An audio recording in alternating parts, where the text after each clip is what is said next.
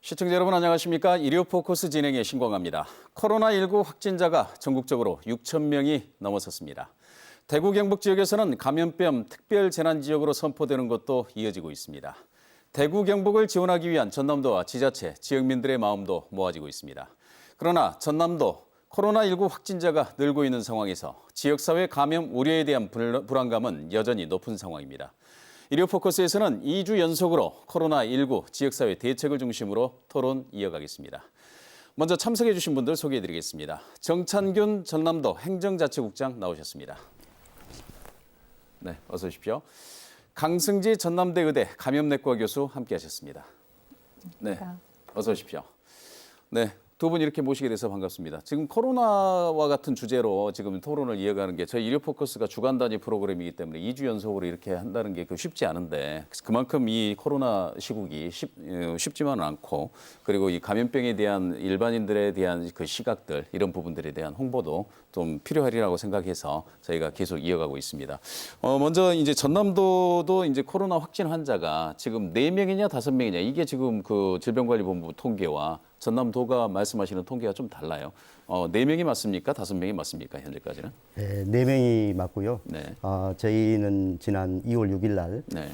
나주에서 첫 환자가 발생을 했다가 완치가 되었고 지난 28일 날 순천 그리고 29일 날 여수 그리고 3월 1일 날 광양 이렇게 해서 4명이 현재 확진자로 관리가 되고 있습니다. 예. 네, 알겠습니다. 그러면 지금 코로나19 전국적인 상황하고 지금 전남의 발생 상황 간략하게 요약을 좀 해주신다면요. 전국적으로는 현재 6,200명이 넘어서고 있는데요. 네. 저희 전남의 경우에는 현재 4명 확진자로 이렇게 관리가 되고 있고 확진자와 접촉자가 있습니다. 이 가족들이 네. 주로 접촉자들인데 이들에 대해서도 저희들이 검사를 한 결과 현재는 모두 음성으로 판명이 났습니다. 네, 지금 보면 그 지난 금요일까지 데이터를 보니까 1,040명을 조사했고 그 모두 이제 그 음성으로 이렇게 판정이 된 이런 상황이더라고요. 그 가장 큰 문제가 대구 경북에서도 마찬가지입니다만은 이 신천지 신도들 이 부분에 대한 조사가 확대되면 확대될수록 그 확진 환자들이 그 그룹에서도 굉장히 많이 늘어나고 있는 이런 형국이더라고요.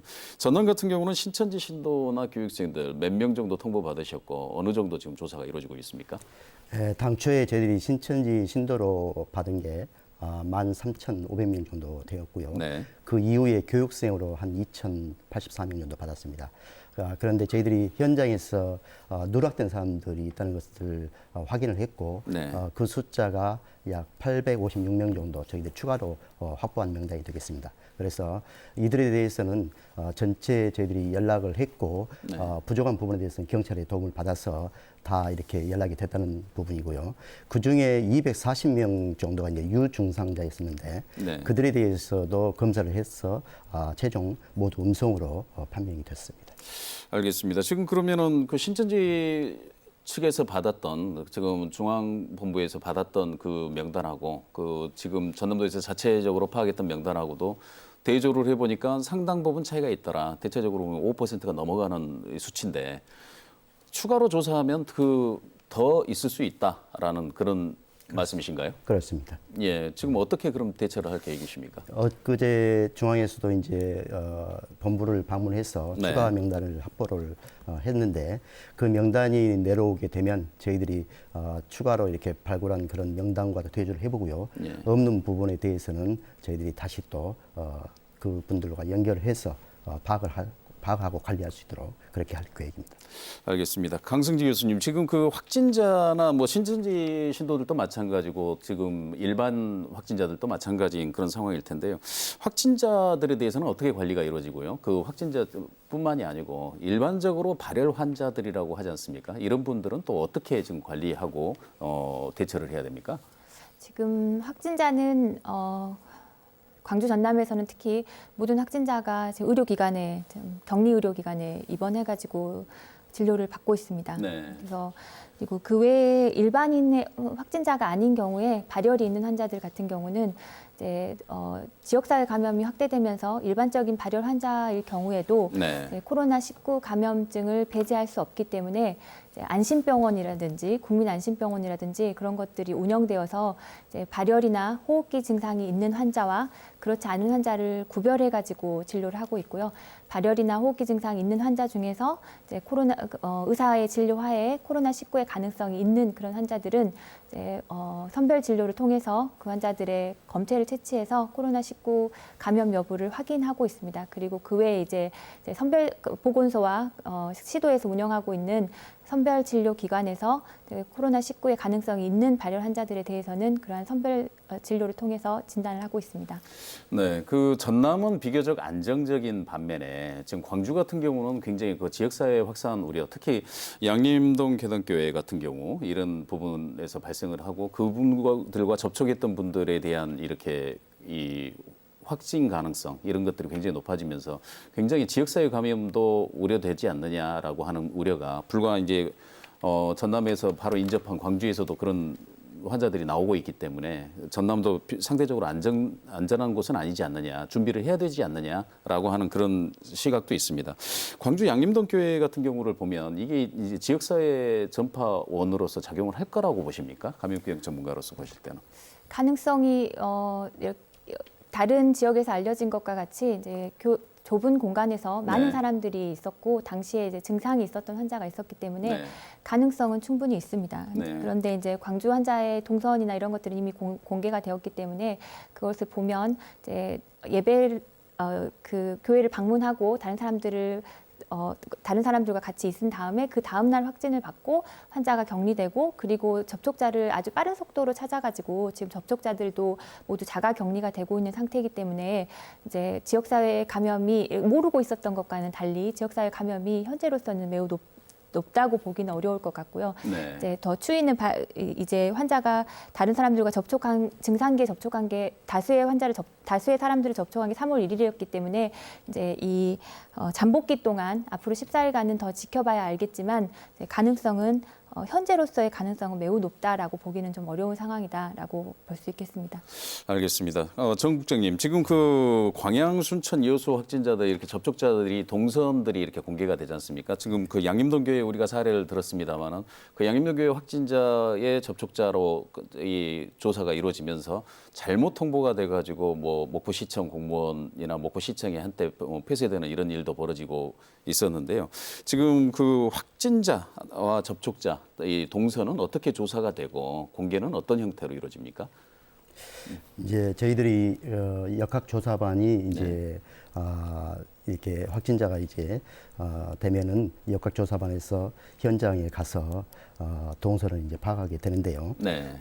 실제로 그런 어떤 동선을 통해서 그 공개하고 그분들에 대한 어떤 접촉자들을 최소화하고 그것이 이제 확대되지 않도록 하는 게 가장 중요하기 때문에 예. 그런 부분에 대해서는 명확하게 그런 부분들을 파악해서 또 정확하게 파악해서 그 부분들을 알려주어야 그런 부분들이 확대되는 걸 막을 수 있기 때문에 그렇게 할 수밖에 없다는 점을 말씀드리겠습니다. 알겠습니다. 그 감염병에서 지금 동선 공개가 중요한 이유는 강 교수님 뭐라고 생각하십니까? 이제 환자가 1차적으로 증상이 있는 환자가 진단이 되면 그 환자가 증상이 있었던 전일부터 지금 코로나19의 경우에 감염병마다 좀 다르긴 하지만 네. 증상이 있었다고 생각하는 그 전날부터 주변으로 전파를 할 수 있다라고 이제 판단라고 생각이 되기 때문에 그 환자가 증상 전일부터 이제 만났던 그런 사람들을 특히 이렇게 밀접하게 접촉했던 사람을 찾기 위해서 접촉자들을 찾아서 그 접촉자들이 이제 증상을 발현하기 전에 접촉자도 자가 격리를 해야 되기 때문에 이 잠복기 동안 그렇기 때문에 이제 동선을 추적해서 이제 그런 접촉자들을 파악하는 데 이용하고 있습니다.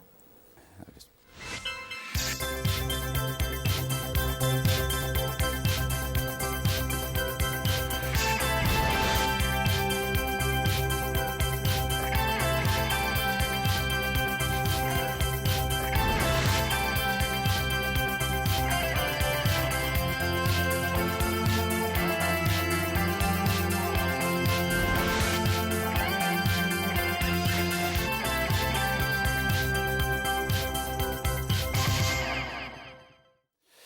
코로나19가 확산되는데 가장 효과적인 개인적인 이 차단 방법이 마스크라고 이렇게 기본 장비로 알려지면서 최소한 KF94급 이상의 마스크를 써야 한다라고 최초의 식품의약품안전처나 질병관리본부가 이야기를 했습니다.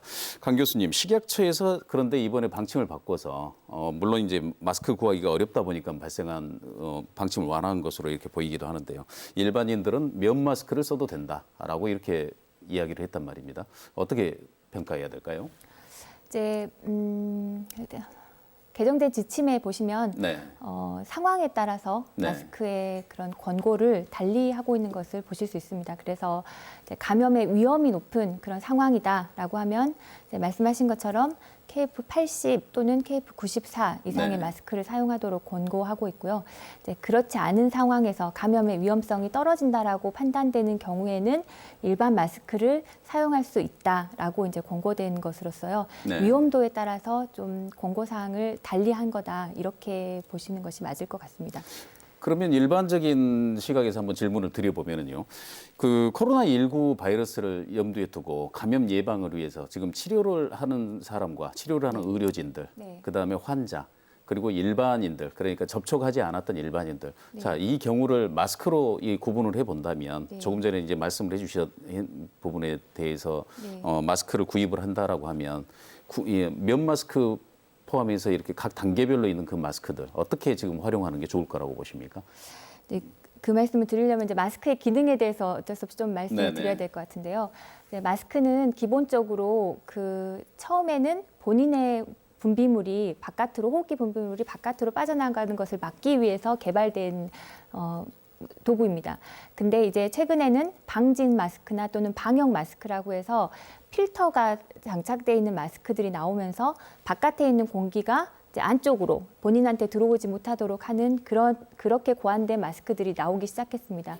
이제 그런데 그런 마스크를 사용해서 바깥에 사용하면 감염 예방 효과가 있는 것은 사실입니다. 네. 그런데 그런 전제 조건이 성립을 하려면 감염의 가능성이 있다라고 생각되는 그 시간과 공간에서는 그 마스크를 통해서만 그 필터링이 되고 있는 마스크를 사용해서만 호흡을 해야 되는데요.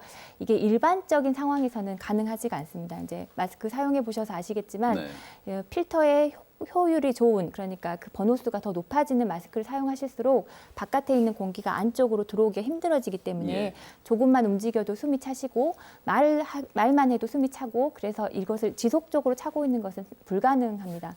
다만 이제 의료진이 환자를 대하는 이런 한정된 공간 네. 그리고 한정된 시간에 있어서는 그 시간 동안에는 의료진이 이 마스크를 벗지 않고 만지지 않고 할 수 있는 그런 조건이 성립하는 경우에는 환자로부터 나오는 분비물로부터 이제 의료진을 보호할 수 있기 때문에 그런 상황에서는 이제 효율이 높은 마스크를 사용하는 것이 감염 방지에 확실한 효과가 있습니다. 네. 네, 그래서 의료진 같은 경우는 의심 환자라든지 확진자를 진료하는 경우에는 그런 마스크를 사용하도록 권고되고 있고요. 네. 환자의 경우에는 이제 환자가 그러면 바깥으로 이동을 하거나 그럴 경우에는 이런 고효율 마스크를 써야 되느냐. 네, 말씀드린 것처럼 마스크가 그런 효율이 좋긴 하지만 일반 환자의 경우 계속해서 그 마스크를 쓰고 있는 것은 불가능하기 때문에 예. 이제 확진자라고 해도 이제 환자를 접촉하는 의료진이 이런 고효율의 마스크를 쓴다면 환자에게 이런 마스크를 일반적으로 착용하게 하지는 않습니다. 네.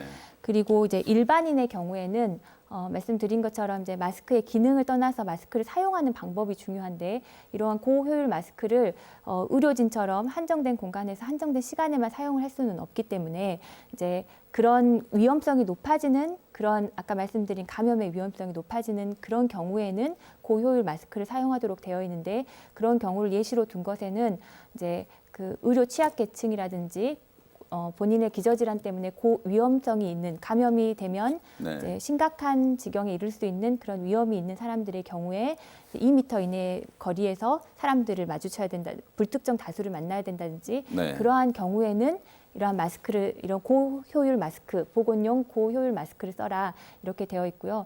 또 이제 예를 들면 판매원이라든지 그런 이런 사람들처럼 불특정 다수를 좁은 공간에서 많이 만나야 되는 경우, 네. 그런 경우 이런 고효율 마스크를 사용하도록 되어 있습니다.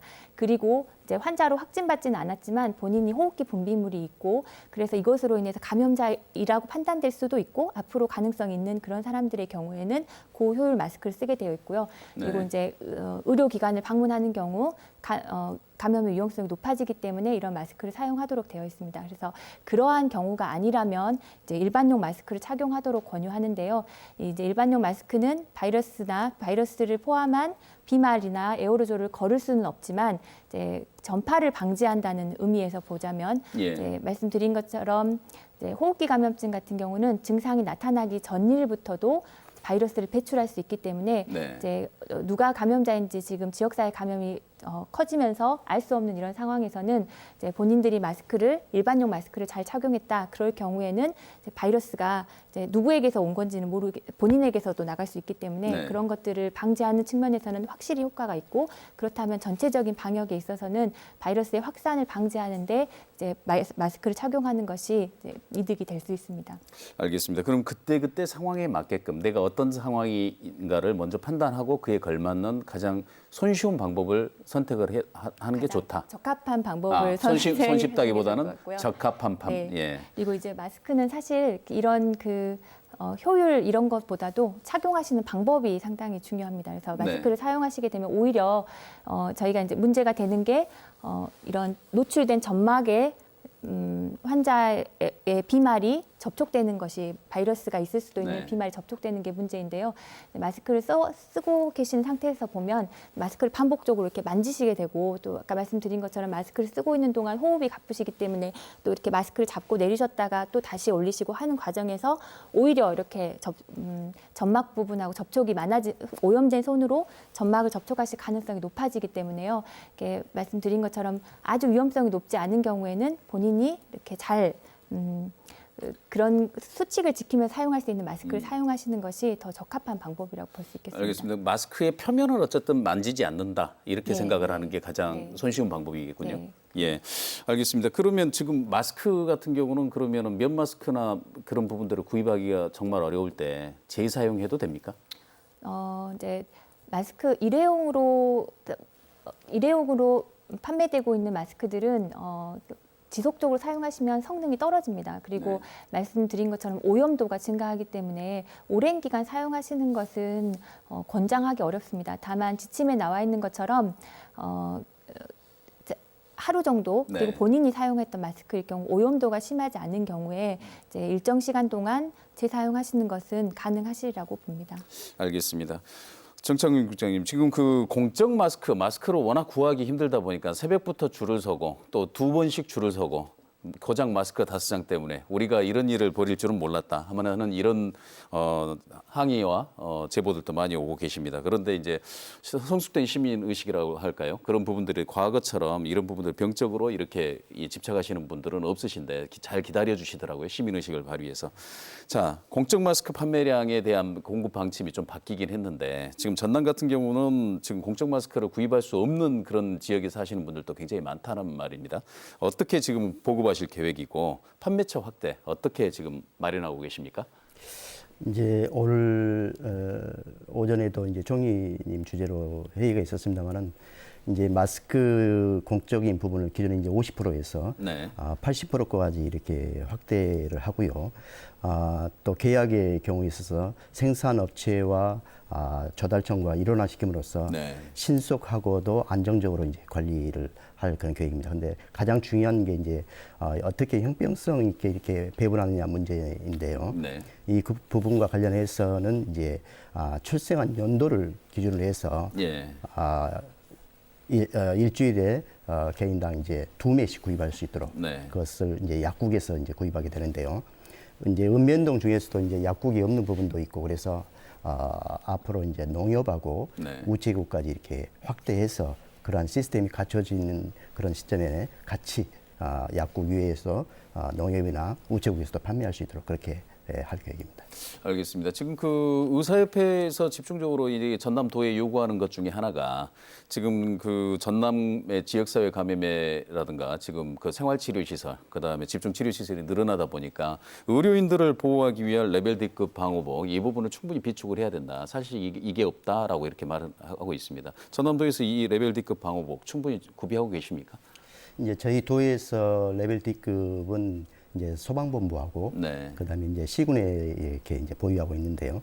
지난 질본에서 저희들도 한 2만 정 정도 받았습니다. 예. 근데 이제 앞으로 저희들이 이제 그 감염병 전담 병원인 네. 순천 그다음에 강진 목포 의료원의 경우에 네. 이제 추가 확보가 필요한 어떤 시점이 올 거라고 생각이 돼서 예. 그런 경우에도 역시 이제 질본을 통해서 받게 되는데요.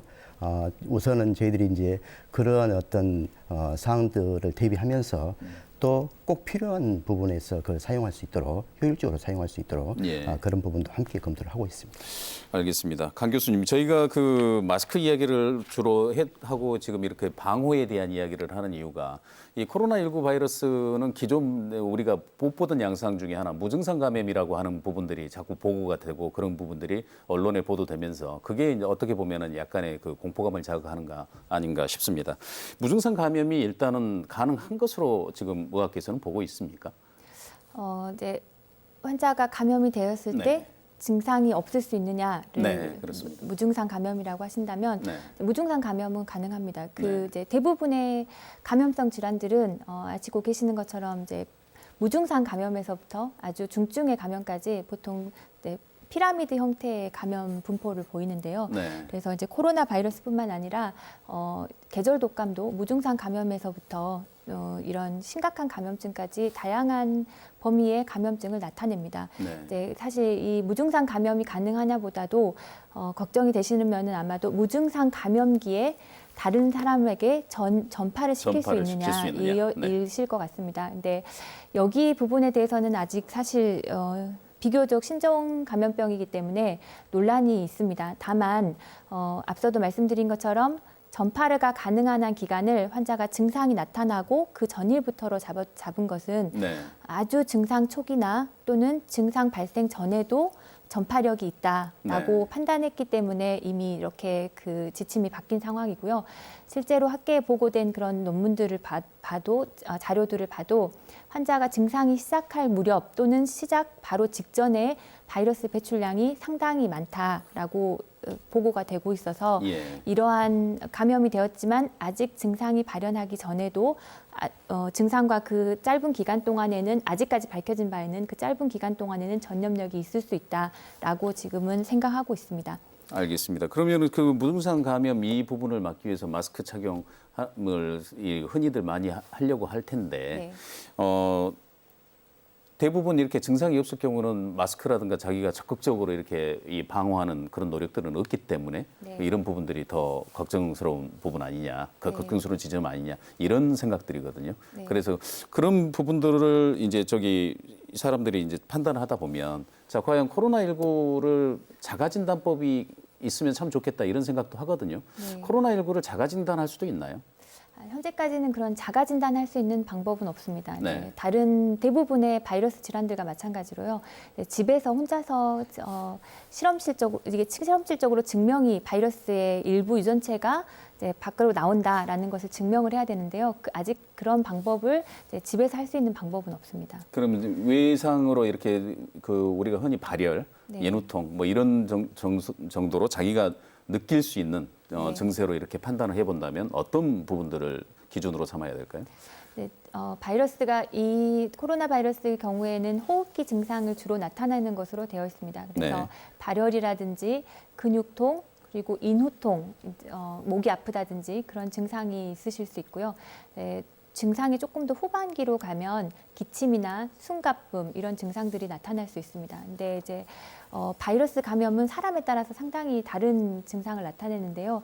이제 최근에 저희가 이제 증례들이 점점 많아지면서 보면 소화기 증상, 즉 이제 토하신다든지 설사를 한다든지 다른 증상과 함께 그런 증상을 호소하시는 경우도 있습니다. 다만 전형적으로는 이런 호흡기 증상과 발열, 근육통 이러한 증상인 경우가 훨씬 더 많기는 합니다.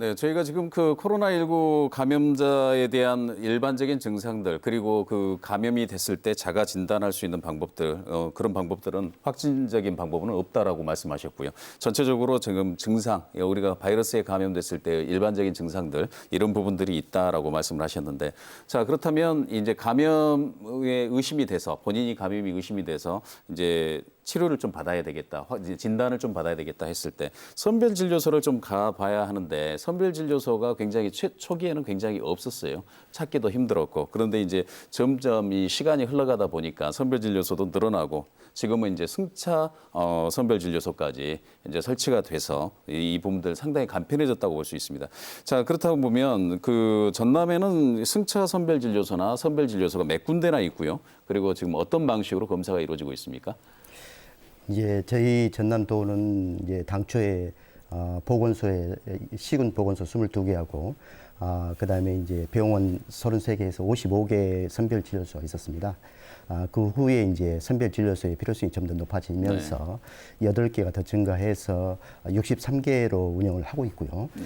특히 이제 조금 전에 말씀하신 드라이브스루 차에서 문제를 받고 또 발열 상태도 확인하고 검체 채취까지 하는 드라이브스루가 현재 저희는 이제 광양을 비롯해서 9군데가 이렇게 가능하고 있습니다. 그래서 보통 선별진료소에서는 1시간에 이제 2명꼴로 하는데 네. 드라이브스루를 하게 되면은 1시간에 6명까지 가능하게 됩니다. 네. 그래서 저희 지역은 이런 어떤 방법을 하다 보니까 통계상으로 봐서 이 광주나 전북에 비해서 선별 검사 통계가 한 2배 정도 더 많습니다. 그래서 네. 저희들은 이런 부분들을 통해서 빨리 이렇게 확진자를 이렇게 찾아내고 그리고 접촉자를 최소화하는데 이런 방법들이 큰 도움이 되고 있습니다. 알겠습니다. 강승지 교수님, 지금 선별진료소에서는 주로 어떤 방식으로 검사가 이루어지고요? 이런 데를 찾았을 때 이 찾는 사람들의 기본적인 어떤 준비를 하고 가야 됩니까? 네, 선별진료소에서는 말씀드린 것처럼 환자의 증상이나 네. 아니면 역학적인 연관성을 확인을 해서 하는 그런 문진을 먼저 하게 되고요. 네, 그리고 네. 이제 관련이 있고 검사를 해야 되겠다고 생각이 되면 코로나19에 대한 검사를 해야 되겠다고 생각하면 이제 인후두 도말, 인후두 도말과 예. 비도말을 예. 거쳐서 비후드 도말을 해서 이제 검사를 맡기고 환자가 증상이 경화한 경우에는 이제 집으로 귀가하셔서 검사 결과를 기다리고 네. 환자가 증상이 좋지 않은 경우에는 이제 격리 기간에 입원을 하셔가지고 검사 결과를 기다리는 네. 기다리면서 치료를 받는 그런 방식으로 선별 진료소는 운영이 되고 있습니다. 알겠습니다. 지금 그 선별진료소에 보면은 정창국 국장님 그 조금 전에 보셨듯이 이제 전북이라든가 다른 지역에 비해서 검사 건수도 많고 굉장히 이제 활발하게 운영된다라고 표현하셨는데 그러다 보니까 인력이라든가 이렇게 검사 능력에 대한 이 우려들이 굉장히 의료계에서 굉장히 많이 나오는 것 같습니다. 인력은 좀 충원이 됐습니까? 이제 저희 지역 같은 경우에 이제 보건소 같은 경우는 이제 네. 오후 6시 이제 끝이 나지만 민간의 경우에는 이제 응급실하고 연계해서 네. 24시간 운영이 되고 있습니다. 그러다 보니까 인력이라든가 또 그 환자 관리하는데 조금 어려움이 좀 있을 수가 있는데 현재 민간 병원에서 굉장히 적극적으로 이 부분에 대해서는 지원을 하고 또 이렇게 힘써주고 있기 때문에 예. 감사를 드리고 있습니다. 알겠습니다. 지금 코로나19 그 대구 경북 경증 환자들 그리고 중증 환자 일부가 이제 전남으로 입원을 하게 되면서 일각에서는 이런 부분들도 있습니다. 전남 지역의 치료 시설이 과연 충분하나? 전남 지역의 이 치료 시설이라든가 전문 병원들이 어느 정도나 마련돼 있을까? 이런 부분들이 좀 궁금해들 하시더라고요.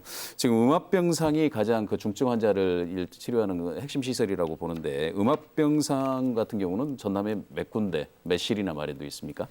예, 저희 전남의 경우에는 이제 8개 의료기관에 네. 음압병상이 이제 30개가 있습니다.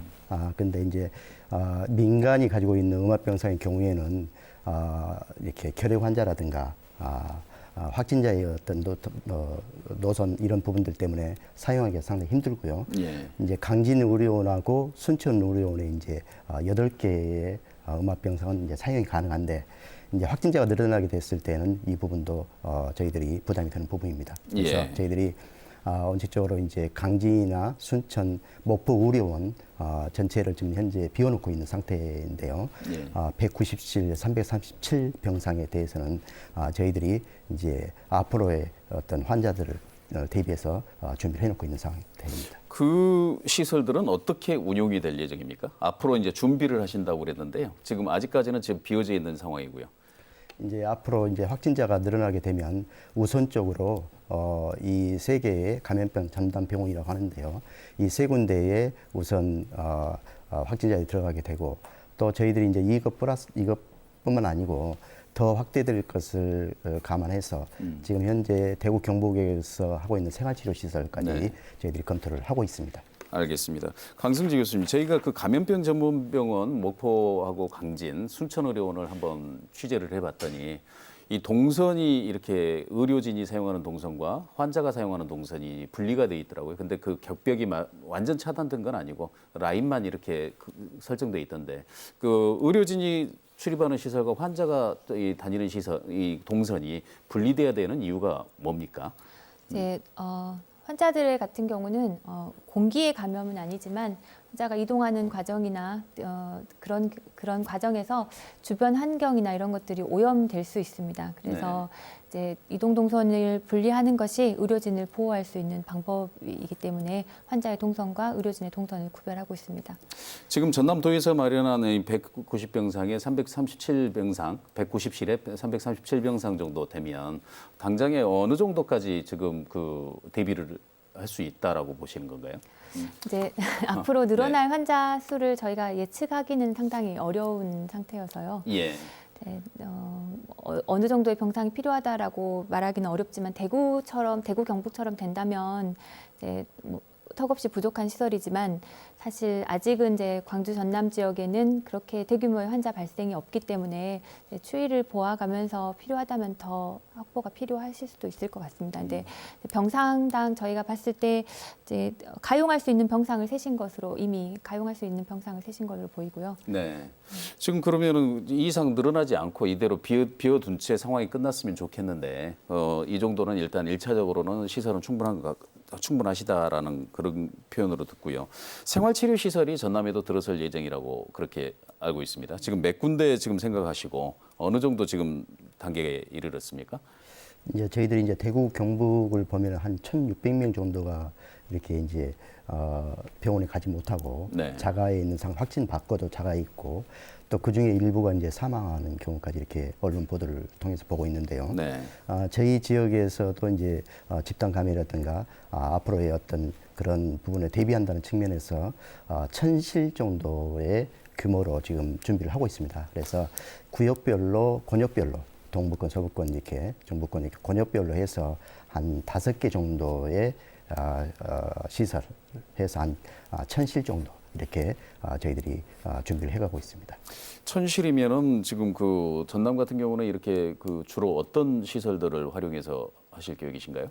이제 저희들이 후보지로 한 40군데를 파악을 했었는데요. 네. 이런 어떤 수련원이라든가 네. 또는 필요한 경우에 뭐 유소시설도 있고 네. 또 이런 어떤 연수원 같은 그런 공간들은 저희들이 후보로 이렇게 파악을 하고 있습니다. 알겠습니다. 지금 그 대구 경북이 워낙 그 국가적인 사태로 이렇게 모든 지원이 집중되다 보니까 정부 지원뿐만 아니고 지방자치단체에서도 지원의 손길을 계속 요구를 하는 그런 상황입니다. 대구시장이나 경북지사의 브리핑을 보면 많은 지원을 요한다라고 이렇게 거의 읍소하듯이 하시는 그런 부분들인데 그거 안타깝습니다. 그 전남에서도 대구 경북의 인력 지원이라든가 후원물품 기증을 쭉 해오고 계시는 걸로 알고 있는데요. 지금 현재 그 공중보건의를 파견하신다고요? 네, 공중보건의는 저희들이 50명을 파견을 했고요. 네. 그와 더불어서 이제 119 구급차와 네. 구급차는 10대 그리고 구급단 한 21명 이렇게 파견을 했습니다. 그리고 이제 저희들이 처음에 한 2월 한 20일경 네. 그때 이제 대구 경북에서 처음 이제 발행할 그 시점이거든요. 그때 저희들이 마스크 시도에 2만 장씩 하고 저희 지역의 특산 그 면역 치료에 도움이 되는 흑마늘이라든가 이런 지역 특산물을 함께 보냈습니다. 식품을요. 네, 식품을. 그리고 최근에 저희 지역의 사랑의 도시락이라 해가지고 저희 지역이 갖고 있는 친환경 어떤 그런 도시락을 만들어서 거기에 있는 안동이나 포항 그리고 김천의 의료원에 저희들이 보냈는데 오늘 그 부분이 또 언론에 또 많이 홍보된 것 같습니다. 알겠습니다. 강승지 교수님, 지금 그 대구 경북의 환자들을 좀 수용을 하겠다라고 이제 시군들이 이제 밝히면서 일각에서는 이런 우려들을 좀 많이 하고 있습니다. 도심 한 가운데 있는 의료원들이 이제 그 시설로 지정이 되다 보니까 지역사회 전파 가능성에 대해서 굉장히 그 우려들을 하고 계시는데 이런 부분 시민들의 우려는 어떻게 좀 타당하다고 보십니까? 어떻게 보십니까? 이제 경증 환자든 중증 환자든 의료기관 내 환자를 입원시키는 경우에는 네. 아까 말씀하신 뭐 동선의 분리 문제 그리고 네. 환자들이 이제 바깥으로 그 한정된 공간 격리 구간에서만 생활하도록 하는 문제 예. 이제 이런 것들을 이제 충분히 교육하고 그런 수칙을 지키기 위해서 준비를 하시기 때문에 환자를 그쪽에서 이쪽으로 이송하는 것 때문에 없었던 지역사회 전파가 생긴다든지 그럴 우려는 저희는 없다고 보고 있습니다. 단호하게 그렇게 말씀해 주시는군요. 예, 알겠습니다. 네, 지역사회 전파가 지속적으로 생기면 사실 감염원이 어디인지를 알기가 어렵게 될 수도 네. 있는데요. 이 환자들은 오히려 이제 잘 제어가 되고 있는 상태에서 이동하기 때문에요. 이동이나 이런 것으로 인해서 감염이 전파된다든지 그럴 가능성은 네. 네, 알겠습니다. 그 병원 내가 이제 통제된 부분이고 통제된 범위 내에서 확실하게 그 안에서 치료가 이루어질 수 있다면 외부로 전파하는 일은 없을 것이다라고 하는 그런 말씀이시고요. 알겠습니다. 지금 그 전남에서도 23일까지는 일단 그 모든 유치원 포함해서 초중고등학교가 폐쇄돼 있습니다. 지금 그 전체적으로 이렇게 공공시설이라든가 학교 이런 부분들이 어느 단계까지 지금 이렇게 개학이 중단돼 있고 지금 전남도의 공고사항은 어떤 정도 수준까지 와 있습니까? 예, 저희들이 이제 우선 가장 먼저 이제 신천지 시설에 대한 폐쇄를 지난달 25일 날 했었고요. 네. 그 이후에 이제 학교라든가 공공 이런 시설에 대해서는 당초에 이제 9일까지 했다가 네. 23일까지 이렇게 이제 연장을 했고요. 이제 또 이제 대학 같은 경우에도 네. 중국뿐만 아니고 대구 경북이라든가 수도권에서 온 또 대학생들이 많기 때문에 당초에 3월 16일 날 이렇게 개학을 하려고 했습니다만은 이제 3월 말까지 이제 사이버라든가 이런 거 예. 이렇게 하고 오프라인은 4월 초쯤에 하는 걸로 이렇게 해서 최대한 감염 요인을 차단할 그런 계획입니다. 알겠습니다. 지금 코로나19가 지역사회까지 전파되는 단계냐 아니냐 이 부분을 두고 논란은 있습니다만은 아직까지는 그 잘 통제되고 있고 6천 명이 비록 확진자가 6천 명은 넘었습니다만은 그 6천 명이라고 하는 숫자에서도 또 낫는 분들도 좀 많이 계시기 때문에 이런 부분들이 좀 잘 컨트롤이 됐으면 좋겠다라고 하는 게 지역민들의 바람인 것 같습니다. 오늘 이제 감염병 전문가 모셨고 전남도의 그 행정국장님 모셨기 때문에 지금 코로나19 사태를 바라보는 지역민들에게 또는 시청자분들에게 좀 안심이 될 수 있는 아니면 도움이 될 수 있는 말씀 듣고 토론 마무리하도록 하겠습니다. 먼저 정창균 국장님 먼저 말씀해 주시죠. 이제 이 코로나를 이렇게 우리가 예방을 해야 되는데요. 네. 이렇게 기침이라든가 손 씻기 기본 매뉴얼을 기본적으로 준수하면서 무엇보다도 증상이 이렇게 나타날 때는 바로 검사를 하는 그런 부분이 중요하다고 생각이 들고 또 오늘 경북에서 집단 감염 부분에 대해서 네. 취약지역 집단 감염에 대해서 여러 가지 상황이 발생했는데 우리 지역도 그 부분에 대해서 정말 이렇게 세심히 살펴야 되겠다는 생각이 들고요. 무엇보다도 농업, 수산 그리고 소상공인들의 어려움이 가중되고 있기 때문에 이런 부분들도 함께 고려하는 따뜻한 공동체 그런 부분들에 마음을 함께 모아주시면 고맙겠습니다. 알겠습니다. 강 교수님 말씀해 주시죠. 네. 네. 과학이 매우 많이 발달을 해도 이런 집단 감염을 일으킬 수 있는 감염병을 쉽사리 통제할 수 있는 방법은 많지가 않습니다. 근데 다만 지금 발표되고 있는 것과 같은 사회적인 거리두기, 그리고 호흡기 에티켓을 지키는 방법, 그리고 손 소독을 적절한 방법으로 적절한 시기에 하는 방법, 이러한 것들이 이제 지역민들로서는 지역 내에서 감염이 확산되는 것을 막을 수 있는 이제 제한적이지만 확실한 방법이 될 것 같습니다. 네, 알겠습니다. 두 분 이렇게 나와주셔서 감사합니다. 네. 네, 코로나19 확산이 우려되고 있지만 시민들은 공포감보다는 극복하겠다는 의지를 태우고 있습니다. 감염병 확산이 언제까지 지속될지 모르지만 시간이 흐를수록 그 끝은 멀지 않았다는 생각이 듭니다. 헌신적인 의료진과 시민들의 자원봉사, 자발적인 참여가 흐름을 바꾸고 있기 때문입니다. 그렇습니다. 지금은 개인 위생을 철저히 하면서 잘 버텨야 하는 상황입니다. 모두가 힘든 시기이지만 내일이 더 나은 상황이 펼쳐질 것을 기대하며 일요포커스 오늘 순서 모두 마치겠습니다. 시청해주신 여러분 고맙습니다.